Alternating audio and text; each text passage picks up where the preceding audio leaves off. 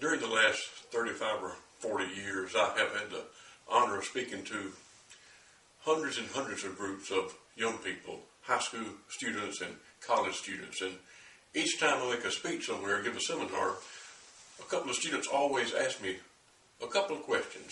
The first question is, what can I do to make sure I have a successful career and a successful life? They also say, what can I do to make the world a better place and a more wonderful place? I tell them it's very easy. You just practice the golden rule. And we all know what the golden rule says. The golden rule says, do unto others as you would have them do unto you. And what a great thing this is. And what a great thing it is if you'll just practice this in your daily lives that you have. I'm also honored every year to be asked to speak at several funerals. And as I deliver the eulogy for these good folks that have passed away, I think back on their life, and I can't think of a single time that I've ever delivered a eulogy and I have talked about, that I've named the amount of money they have, the amount of bonds and stock and land, cars they have, the diamonds that they may have on their hand. I never mention that. But what I do mention is, I mention the good things that they did. I remember the wonderful things they did for others, how they put the needs and the desires and wishes of other people ahead of their own. And when people have passed away and long gone, and you think back about people, that's what you remember. You remember the good things about them, the good things they did for you, and the good times that you had that you had to share together.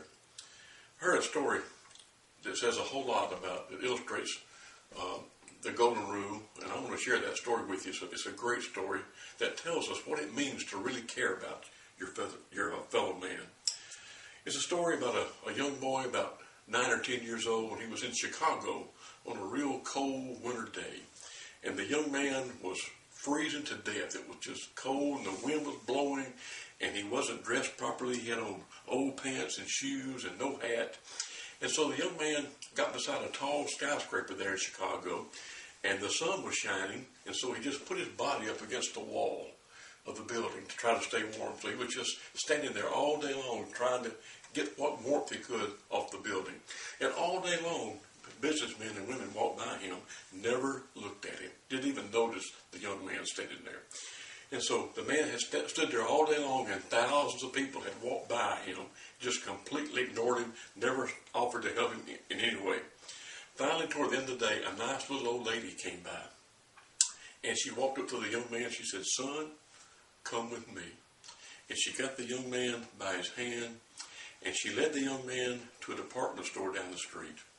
They got on the elevator, they went up to the men's department, and she told the clerk there, she said, "Look, I want you to give this young man the finest clothes that you have. I want you to clothe him from his head all the way down to his feet in the very finest things that you have." So the clerk said, "Fine, no problem." He got the young man, he got him some new boots and some new pants, a new sweater, new jacket, coat, gloves, hat, everything the young man needed to stay warm in that cold Chicago weather. He gave him the very best he had in the store. So the clerk got him all dressed, and he said, "Young man, come over to the mirror and look at yourself. Look what this lady has bought you." And so he walked over there, and the young man stood in front of the mirror, and he stood there, and he looked down at his feet, at his boots, and his pants, and his sweater, his coat, his hat, and he couldn't believe it. He couldn't believe that someone cared enough to do this for him, somebody he didn't even know that would do this for himself. So he turned around to the lady, and the young man had tears just dripping down his eye. And he said, "Lady, can I ask you a question?" And she said, "Sure, son. What's your question?" And the young boy with tears streaming down his eyes said, "Lady, are you God's wife?"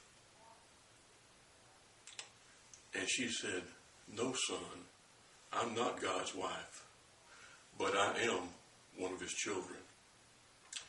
And the young man stood there and he said, "Well, I knew that you had to be in God's family somehow."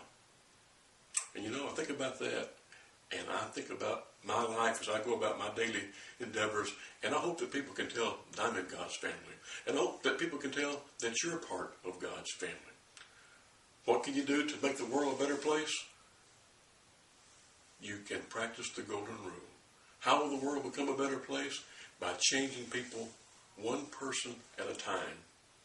And the way we do this is we change ourselves. We start tomorrow by changing ourselves and practicing the golden rule in all of our business endeavors. What a wonderful world it would be. Thanks again. I'll be seeing you again.